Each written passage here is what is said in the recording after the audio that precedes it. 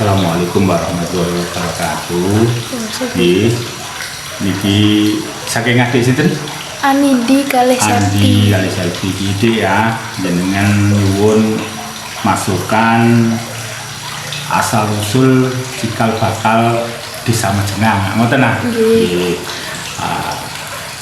Nggih ngapunten mangke rekomendasi ini hanya sekedar untuk mungkin nggak menjenengan menggali supaya paling nggak ada masukan untuk mungkin dibikin kegiatan di sekolah.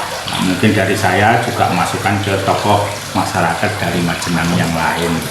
Nah, berkaitan dengan asal usul Desa Majenang, saya sedikit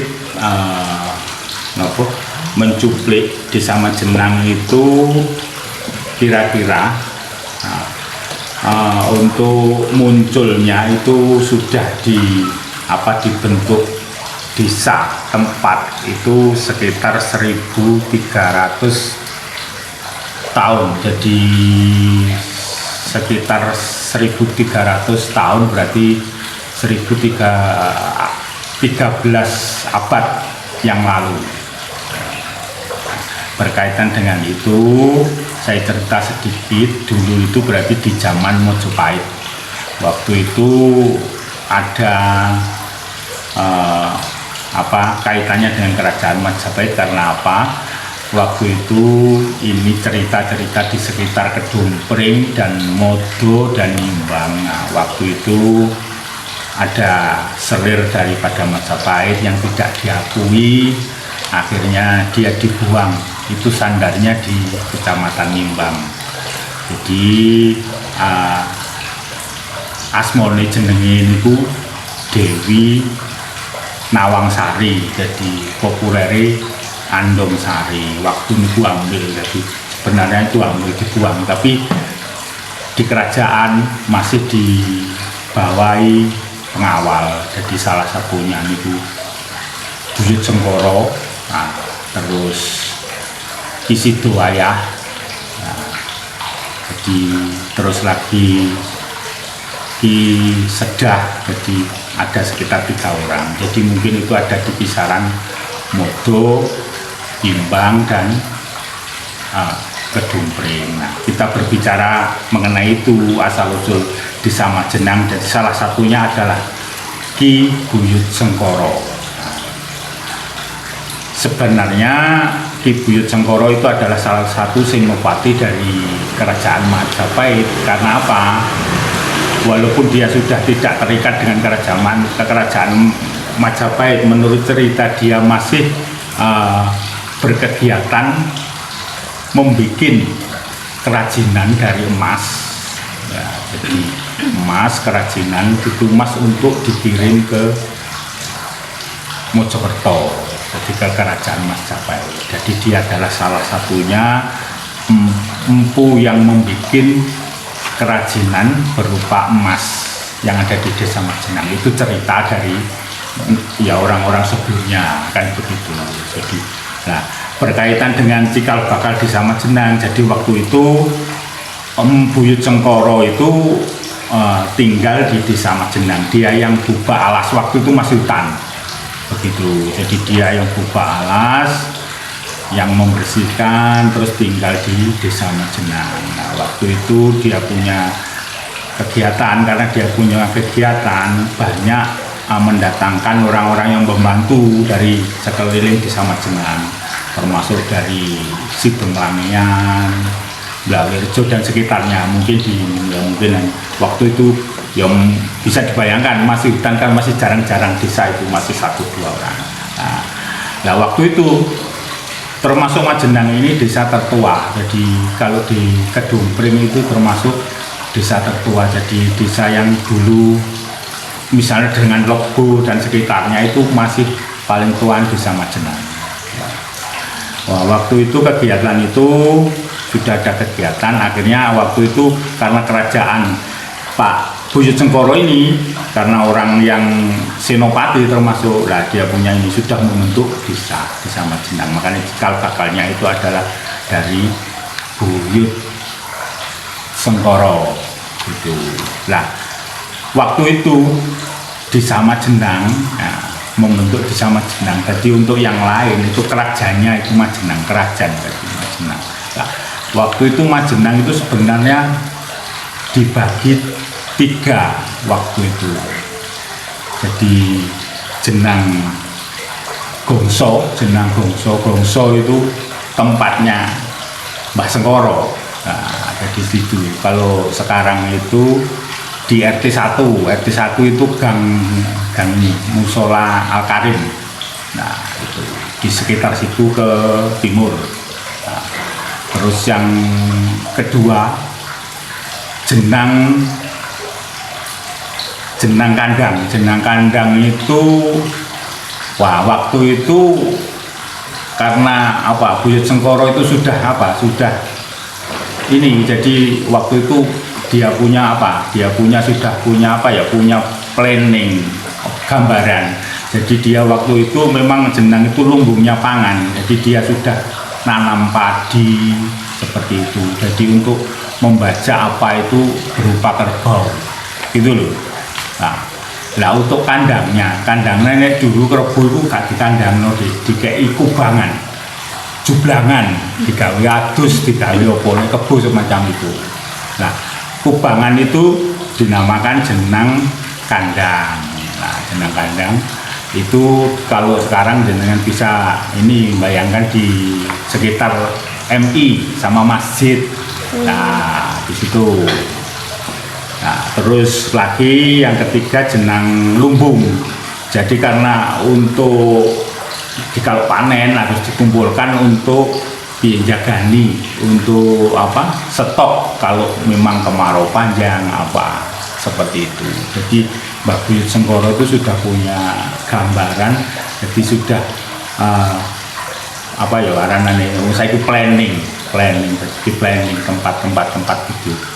Nah, kalau yang Jenang Jenang Lumbung itu di sekitaran Mbah Carik Lama, di sekitar situ, gang situ, gang tengah berarti ke barat situ. Nah, berkaitan dengan itu akhirnya mungkin waktu itu masih belum ini, akhirnya ada pembentukan desa, akhirnya itu disatukan. Jadi sebenarnya kalau Jenang, jenengan ngerti Jenang, kenapa kok Jenang itu sebenarnya ya waktu itu kegiatannya Mbah Sengkoro itu membuat kegiatan itu berarti kan adonan. Jenang itu kan adonan sing di jenengan iso bayangno gawe jenang diadon lah, mungkin seperti itu orang dulu. Jadi nah, terus karena 3 tempat ini akhirnya disatukan, jadi akhirnya tertulis Majenang seperti itu itu cikal bakalnya. Jadi Mbah Sengkoro itu senopati kerajaan. Nah, saya sedikit memberikan masukan, jadi masukan sedikit. Kemarin kan waktu saya menjabat kepala desa di 2014, nek zaman biyen kan usume nyadran, ijek ngerti toh sampai nyadran lah. Tapi kan Majenang itu kan religius.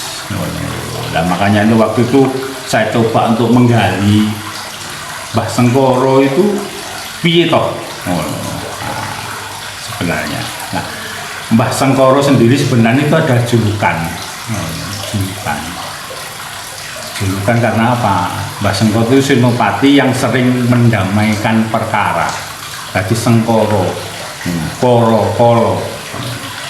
Jadi orang yang memang bijak, sering ditulung orang. Jadi Mbah Sengkoro itu hanya sebutan gitu. Nah, setelah itu di 2014 saya bersama BPD dan tokoh masyarakat itu menggali. Kita datangkan spiritual yang memang berkompeten. Ternyata betul memang Mbah Sengkoro itu tokoh yang apa ya, yang memang yang kuat itu jadi zaman ini kayak Sekti Mondrokulo. Nah, sebenarnya waktu itu sudah peradaban Islam sudah masuk dari Wali Songo sebenarnya. Nah, dari daerah sini itu kan sudah dekat Wali Songo sebenarnya. Mbah Sengkoro ini sudah masuk Islam tapi sembunyi-sembunyi. Seperti itu. Mungkin yang ada cerita di buku, dia adalah punya nama Mbah Samudin. Seperti itu, Mbah Samudin. Nah, seperti itu. Jadi sebenarnya dia sudah memeluk agama Islam dan sudah tapi sembunyi waktu itu. Karena apa? Daerah sekelilingnya orang bijak itu kan nggak mau langsung saya ini begini kan gitu.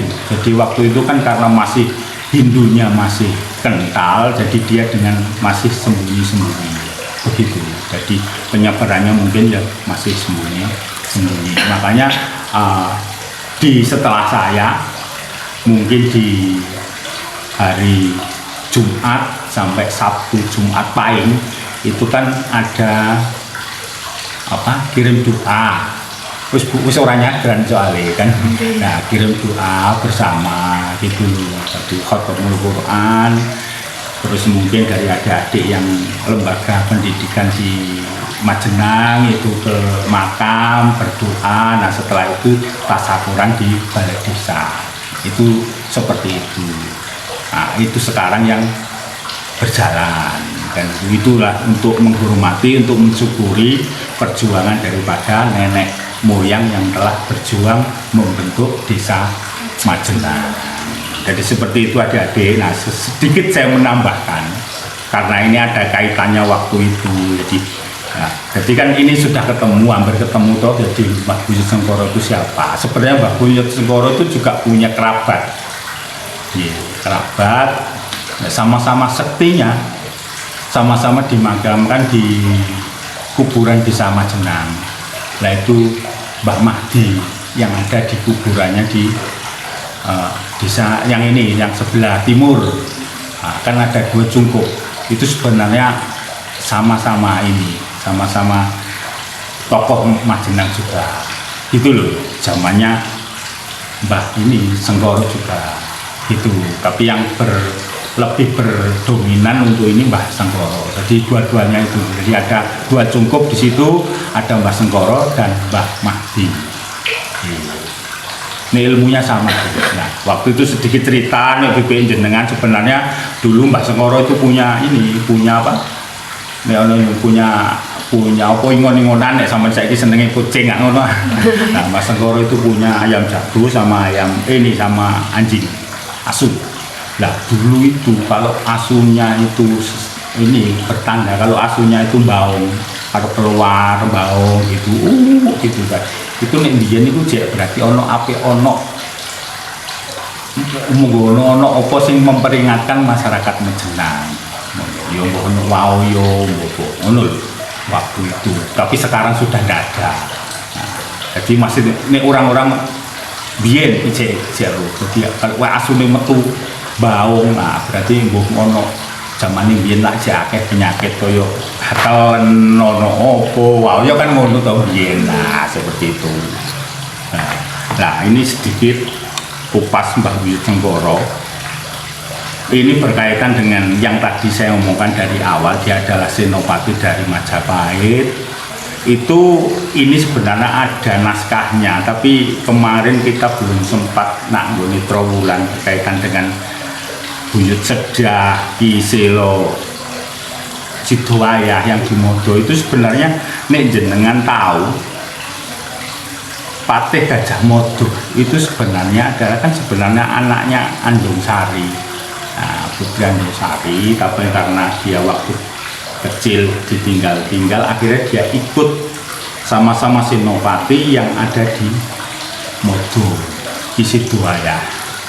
Nah, setelah itu ikut di sana, itu tempatnya nggak salah di Sedah Modo. Wow, ini apa? Tilasane. Nah, waktu itu Ki Sidowayah sudah meninggal, dia ikut di Mong bojone Mbah Sidowayah itu.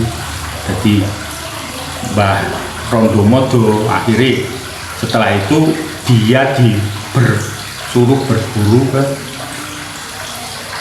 Mbah Buyut Sengkoro. Nah, makanya itu Gajah Mada itu awalnya bisa waktu itu kan dia terus sudah besar itu kan melok tes nggone prajurit Majapahit, langsung diterima karena ada waktu itu gajah yang ngamuk, semuanya tidak bisa mengendalikan, yang bisa mengendalikan kan Gajah Mada. Dia akhirnya kan diterima di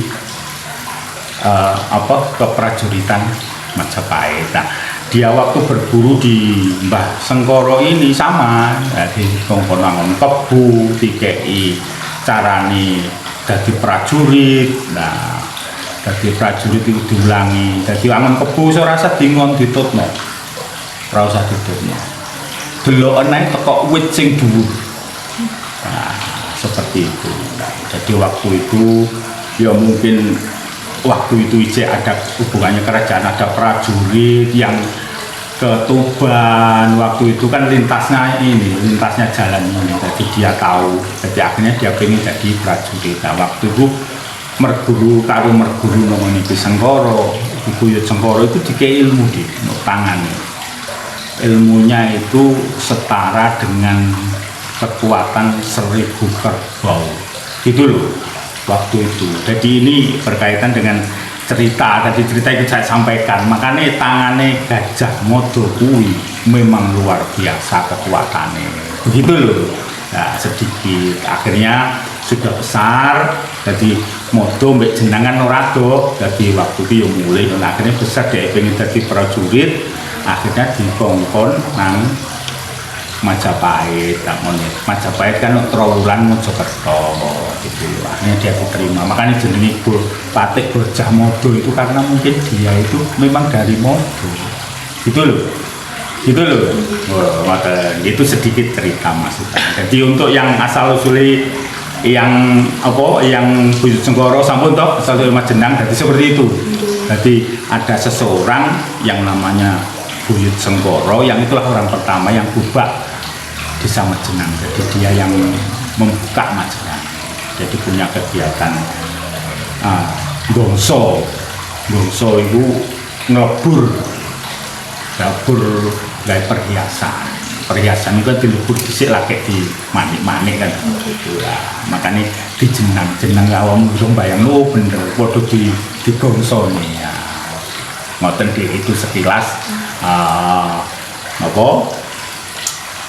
astikal bakal desa Majenang. Monggo nek lain hari jenengan perlu masukan pipi sakniki enten sing ditakokno. Sampun nggih matur suwun. Jadi kalau mungkin lebih jelas mungkin jenengan kadang-kadang tulisan seperti ini ada mungkin yang tidak begitu nyambung, tapi mungkin ada 1-2 yang akhirnya seperti itu cerita seperti itu. Yeah. Mungkin masukan dari tokoh yang lain, insya Allah hampir sama.